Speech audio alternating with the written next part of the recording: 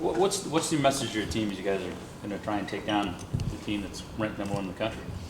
Well, yeah, clearly they've established themselves as maybe in any college sport this year that I've followed, they're a clear number one. They're well-rounded. Everybody is beatable. Now, they haven't been beaten a lot, but the thing we have going for us is our team is rather versatile, and I think we've done a nice job of finding ways, creative ways and different ways to win. And you build that type of program knowing that when you get to these moments, you're going to have to find some nuance within these games that might give you a shot to win it. And you don't know what that's going to be until the bullets start to fly and you're competing. So we're going to have to find that. We're diving into their tendencies, and obviously they're talented, but you just hope that with the things we've done throughout our battles that we can find something similar in these ball games that allows us to find a chink in the armor and capitalize in some form or fashion. It's going to have to be, flat out all cylinders of your engine running properly to give yourself an opportunity to find a moment where you can win a game. And that's what it's going to be. And we don't have to match their season. And I did want the team to think that when you look at this, you see the record and the stats and the things that they've done all year. We don't have to match that. This is about 3 games that are played one at a time. So I don't want them to look too deeply into the stats and the records and think that you're trying to beat that. You're just trying to find a way to win one game, and then you turn your attention to the next game. And it's a best 2 out of 3. So we don't have to match their season. We just have to find a creative way to win 2 of these games. That's my message. They say that the atmosphere in Knoxville is pretty rowdy. Obviously, you guys played in a wild one last year in Starkville. What did you learn playing down there a year ago, and how can that help you this week? Well, we've built this on the obvious reality in these settings. You can't hear what's going on around you. So we do a lot of communication non-verbally. All of our signals and signage and the things that we're doing on the field, other than calling the actual ball, which you have to do your best to call fly balls, like to avoid collisions. That's just the way you have to try to fight through it. That obviously has to be very loud, but everything else we do is built where we're not having to communicate like a lot from the dugout to the players on the field. If you're in these moments and that's the way you're trying to do things, it's not efficient. So we've built it. Last year, the biggest crowd, I think, in the history of an on-campus 3-game baseball series. Now, there probably won't be as many people in this stadium, but I think man for man, these are the loudest fans that you're going to play with, and they're into it. And they're into the way the team plays. That team feeds off of the crowd feeds off the team. Like, they've got a special thing dialed in right now. I have been to that stadium before, but obviously their program at this point has reached a point where everybody in that city is into what's going on. So our emotions need to stay in check. Our guys were rightfully so in Statesboro. There was a tough little crowd. There were people that were just on the guys the entire game, and some of it, you don't like to hear anybody say the things that some of the folks say at some of the sporting events nowadays, but it's reality, and they're in there, and it does happen. But keeping your emotions in check, the negative emotions. I'm okay with the big strikeout and one of our guys pumps the fist and somebody hits a home run and gets excited and the guys kind of coming out of the dugout and doing the thing they do after the home runs. The positive stuff is very good. The negative emotion and letting people see external frustration seems to ignite things in these situations. So we've talked about that numerous times. I mean, we've been to, I don't know that these guys, other than this, we've been to every setting I think you could dream up. And this will be similar to last year. But the emotional piece has to stay in check. Now, the positive emotion, ride with it and go. When something doesn't go right, you've got to just internalize and compartmentalize that and just move on to the next pitch without anybody seeing that you're frustrated about what happened. And it's not going to be perfect. We may win the whole thing and still have moments in this that are emotional and it doesn't go your way. So keeping the emotions in check and staying focused is really key. What would it mean to you to take this program to the College World Series? Everything. These guys are just exceptional. I look at what they do out here, and that's amazing, like how they work at it. And I also recognize academically how hard they have to work. And countless people email, call, in person to tell us like how remarkable those guys are outside of the stadium, be it home or road, away from campus. So taking that group to the pinnacle of college baseball would be the best. Because this program has done a lot of tough stuff the last couple of years. Yeah. Are you concerned less about how they're going to react to everything this weekend? It's just, you don't have to really worry that much about it because it's like Starkville, it's like the regular season, it's like Statesboro. Like, you've had to do a lot of hard things, and this is just the latest. Yes, we have been to, when you look at the ACC board, we've essentially been to all of those places on the road, and you go to Statesboro and you go to Starkville. I don't know that there's anything that's going to rattle these guys. Mm-hmm. They've seen it all. I mean, they've had some miraculous wins in those settings, and they've had some tough losses. So nothing that happens in this is going to be beyond what they've experienced in competition. The stakes are very high. We had stakes that were extremely high last year down there. I mean, it doesn't get much higher.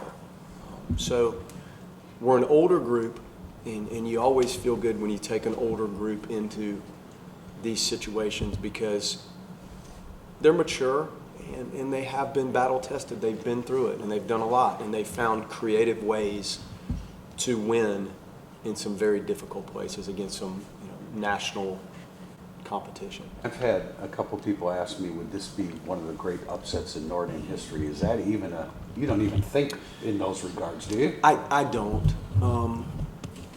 I mean, we've been to, this year, we opened ACC play with 3 College World Series teams. Like that's what's in your face. So I guess I feel like these guys have constantly had to take down good teams to try to get to the point where you're actually playing this weekend.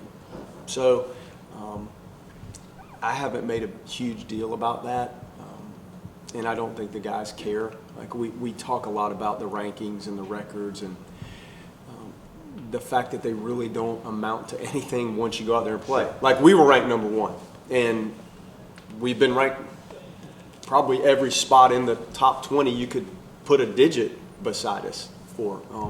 So we don't look too much at that. I guess what I like about the makeup of the team is they seem to really engage with the details of the competition and trying to find that creative way to get over the hump and win. And they're very unselfish. So I think those traits trump anything that you could really weigh in terms of taking down the best team. You start by saying you're looking for chinks in their armor. They're pretty hard to find. There's not many. There's not many.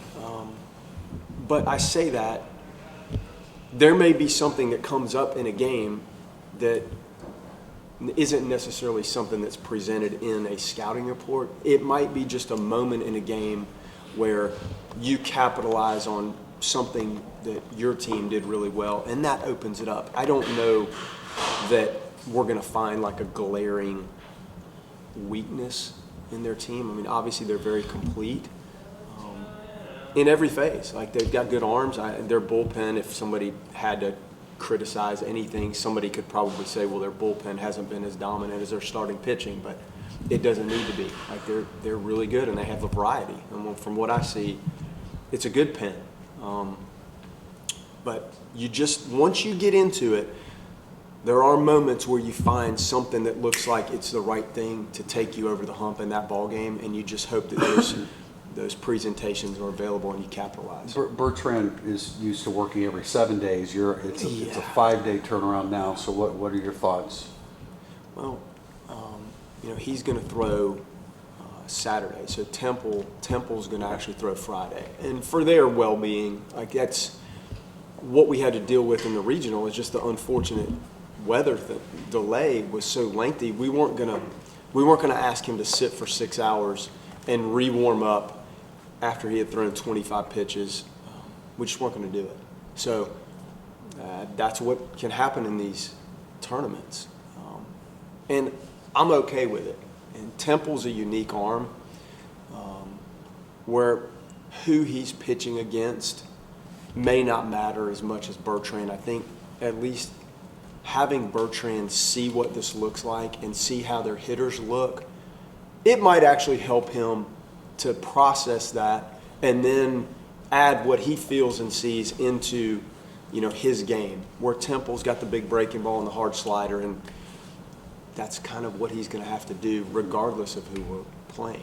Where Bertrand, with the pitchability factor being so high, I think it'll help him to see it. And quite frankly, last year we were okay with him on Saturday for that exact reason. We had a better feel going in of how we maybe could lengthen out his start because we've actually seen the team firsthand. So I'm okay with it.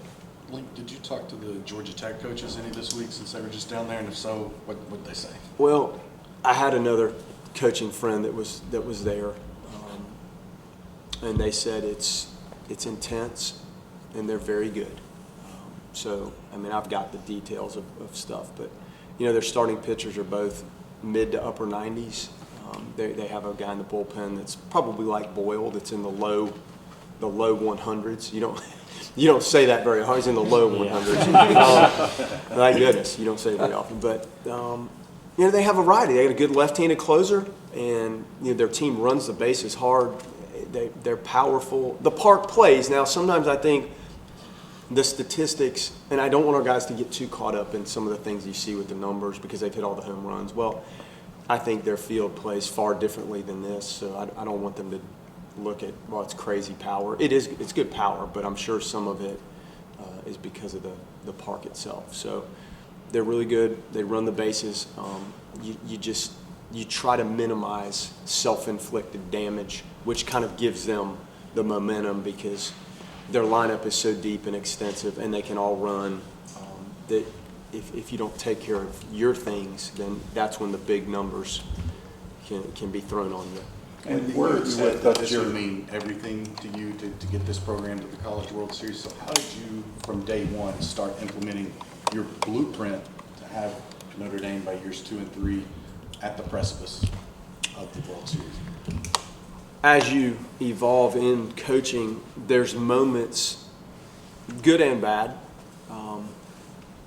In this case, some of them were tough where you got beat by a really good team. There were times when I was coaching a really good team. In those moments, I always tried to evaluate and process if it was my team, I had a pretty good feel for what we were good at. If it was the other team, I tried to really calibrate what I saw them do well, how their team was constructed, and how they played. And in those moments, like this will be one, and Texas Tech and Georgia Southern, 2 really good teams. Like you can look on that board, there's plenty of teams that you face that really do things at a very high level.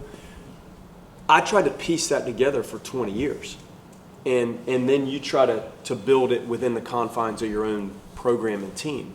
So that's how we've gotten to the point where we're in discussion for the things we're talking about. And to get them to Omaha, to have built this thing. And my assistant coaches, they're the best. And Brad's been with us for a year, but Rich and Chuck, they're phenomenal at coaches and people and preparers of their units. And all of that has to come together to have an opportunity to be in the final 16 in any college sport. But trying to process in those elite games what it felt like and what it looked like and what those teams did really well, that's what I tried to blueprint and draw up. So when I had an opportunity to run something the way I wanted to do it, I had my ingredients. Where are you with Miller and Penny going in here? I want Jared Miller to play, and I didn't feel good about it. in the regional, and I talked to him about it, and it was tough because he wants to play.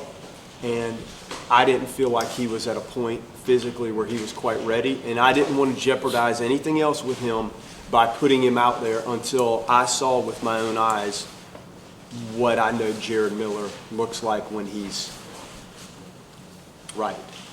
And I saw it today. So if things continue to progress, I want to play him. I mean, the guy's our captain.